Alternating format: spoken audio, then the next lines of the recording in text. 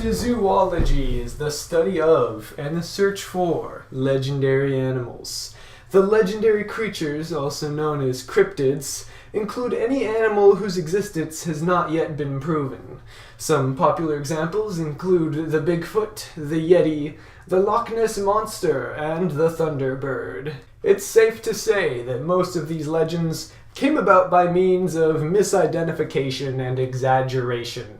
For example, this carcass was discovered by Japanese fishermen in the long ago year of 1977. It was initially thought to be some type of plesiosaur and was even nicknamed Nessie. But after some further analysis, it was generally agreed by experts to be a shark carcass, most likely that of a basking shark. Other cryptids are associated with the supernatural, such as the Mothman. Still others are associated with extraterrestrial life, such as lizard humanoids, reptilian humanoids. I've made a terrible mistake. It's wounded! Another adventure tile! But today, we will be analyzing one particular cryptid that has me utterly fascinated. Sightings of this creature have only been reported a small handful of times, and evidence supporting its existence is rather weak. But the impact of its legend is undeniable. Ladies and gentlemen, today we will discuss the sightings, implications, and plausibility of the Loveland Frog.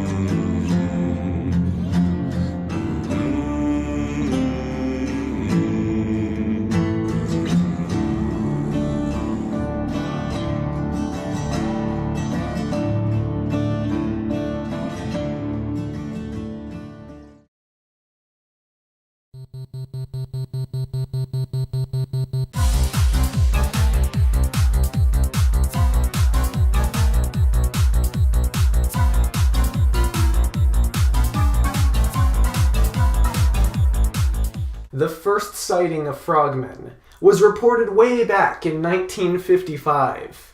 An anonymous businessman was driving down the road in Loveland, Ohio, very late at night, when he came across three bipedal creatures that each possessed webbed hands and feet, and a frog-like head.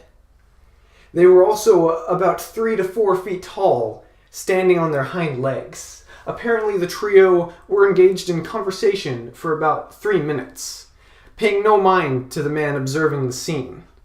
Eventually one of the frogs busted out what is described as a wand and proceeded to wave it above its head, firing a spray of sparks, causing the man to flee. In some versions of this story, the frog fires the spray of sparks at the man. Who are you? Bruh. Pizza time. Serious? Thank you for what? Standing there? The next sighting was reported 17 years later by a police officer by the name of Ray Shockey. He claimed to have spotted a creature resembling a lizard or a frog that roughly matched the size of the creatures from the previous sighting. The story that circulated at the time was that the creature scurried across the road on all fours. He, conveniently enough, happened to be driving slow that night due to icy conditions, and when it scurried across the road right in front of his car, he lit the creature up with his headlights. The creature was at the time hunched over like a frog, but it stood up on its hind legs shortly after that and stared the officer down. Eventually it clambered over the guardrail parallel to the road and retreated into the river right next to the road. Just 2 weeks following the previous incident, Officer Mark Matthews discovered a creature within the vicinity of the earlier sighting that closely matched the description of the creature that Shockey had reported. He shot the creature with his gun, but it visibly injured the creature before it was able to scurry away. No! Get him! Get him! No! Get him, Lewis! I got no changing clothes!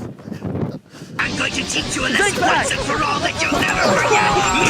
Johnny, yes, Papa. Eating sugar, no Papa. Telling lies, no Papa. Open your mouth. The most recent of the sightings by far, in 2016, a couple were enjoying a late night session of Pokemon Go, as you do. They were near Lake Isabella when Sam Jacobs noticed a large frog by the water. He captured a video of it and even managed to take a few pictures before the creature stood up on its hind legs and walked around for a bit. It was reportedly roughly 4 feet tall.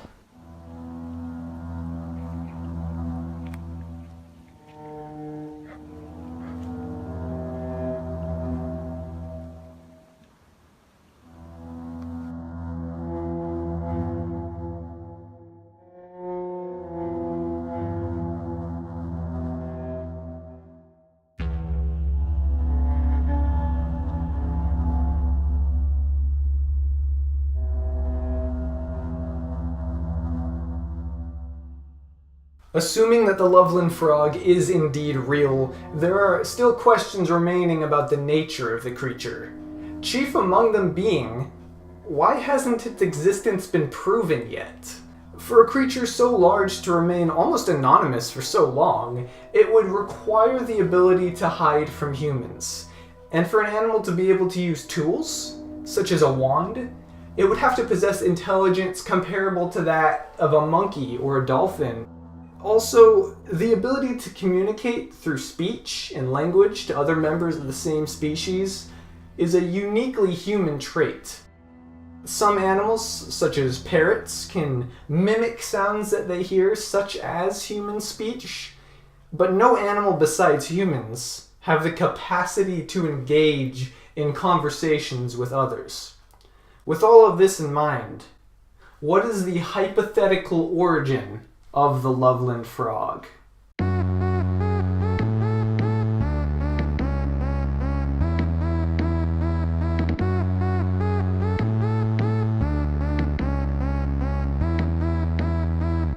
It could be the case that the frogs are an extremely rare species on the brink of extinction, and the reason for their continued survival is a highly effective form of camouflage or some shared hiding spot that hasn't yet been discovered by humans. If they possess so much intelligence, surely they'd be able to recognize humans as a threat to their well-being, and theoretically decide on a secluded location for which every member of their species would be able to sleep, breed, and converse peacefully. The issue with this theory is that it doesn't explain the use of a wand or why it fired sparks. Maybe they just got a hold of one of those party poppers you see at birthday parties, and the wand was indeed misidentified. What are you doing here in my forest?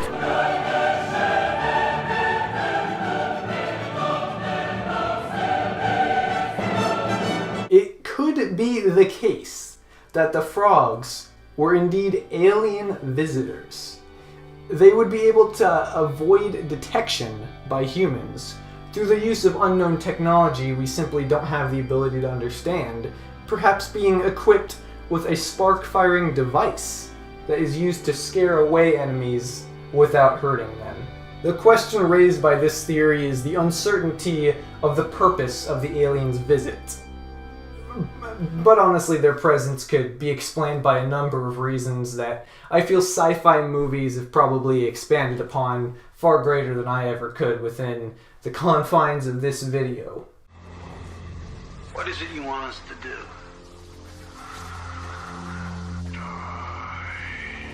Oh, okay.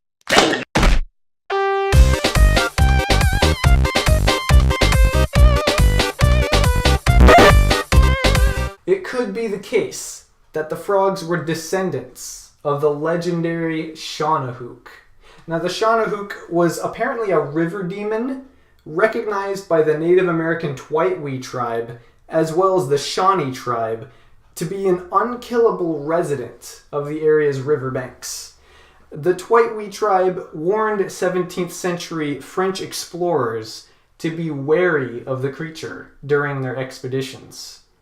Perhaps over the centuries, the river demons grew to be less aggressive, preferring to hide from danger rather than engage potential threats. Now, this theory is particularly fascinating because it shows that sightings of frog-like humanoids in the Loveland area date way back to the 17th century. But the complication to the credibility of this theory is that very fact. The story is hundreds of years old and has basically been preserved in memory by means of word of mouth. The exact details of the interaction between the natives and the explorers is very fuzzy. And honestly, that much isn't even for certain. In some versions of this story, the French are characterized to be missionaries rather than explorers. One of the best things about the frog community is how supportive they are of one another.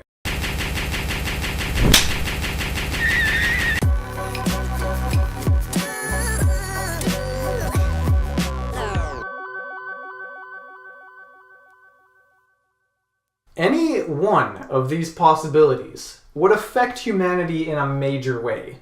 If possibility 1 was true, the Loveland Frogs would at least be the second most intelligent creatures on Earth, right besides humans. Scientists would be at incredible odds with animal rights activists on the decision of what to do with them. Scientists would obviously want to study them and find out the details of how they communicate, how they hid so well from humans for so long, and what tools they use, and the extent of their intelligence. But on the flip side, animal rights activists... I lost my place! But animal rights activists would fight for the rights of the animals to remain in the wild in their natural environments, and would probably push to get protections placed to preserve them from hunters or others who would mean them harm. If possibility 2 was true, then we would have officially discovered alien life. Questions about the intentions of our visitors would be thrown back and forth by experts. Conspiracy theorists would be running rampant, gaining large followings by predicting what the future holds for the relationship of the two species. Religions would be forged, inspired by the visitors, all sorts of crazy stuff. If possibility 3 was true, quite honestly, I don't know how people would react. It would probably be a combination of the previous 2 possibilities, some kind of horrific mixing bowl. After years of searching, I have finally found you. Now I will finally avenge my family and take back what was rightfully mine. You will pay. Foolish mortal, do you truly believe that you can defeat me? I will try. Yeah. Okay, yeah, okay! Stay back!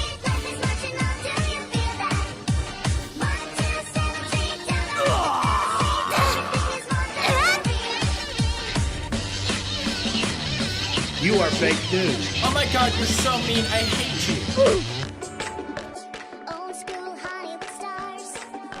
Shit. Now this match is starting to get really interesting.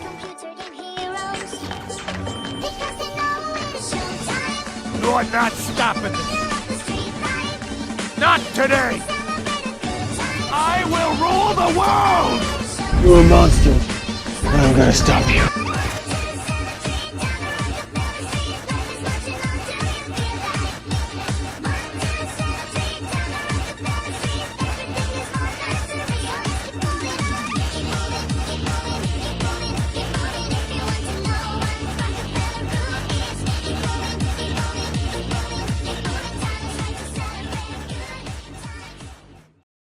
So the exact nature of Sighting 1 is incredibly vague.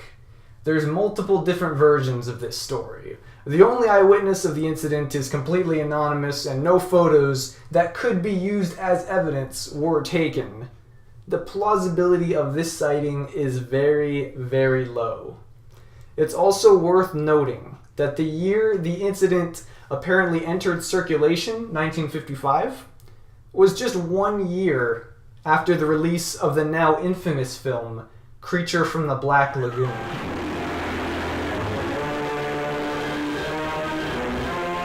It could be the case that the movie inspired the fabrication of this initial sighting.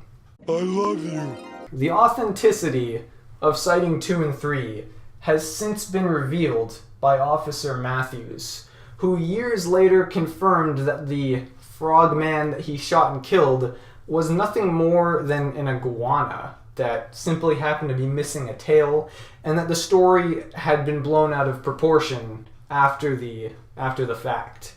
He explained that the creature didn't stand upright at any time, and that the confusion around the creature's identity was due to the fact that it did not have a tail. These two encounters were apparently recounted to the author of a book about urban legends, who exaggerated certain aspects of the original story and left important details out. So this most recent sighting is what sparked Officer Matthews to report in the truth about his experience with the Loveland Frog, consequently injuring the credibility of this sighting. Aside from this, though, it's fairly easy to conclude that the video, as well as the photos of the cryptid, were indeed faked. Notice the exaggerated size of the frog's eyes and the fact that they glow in the dark.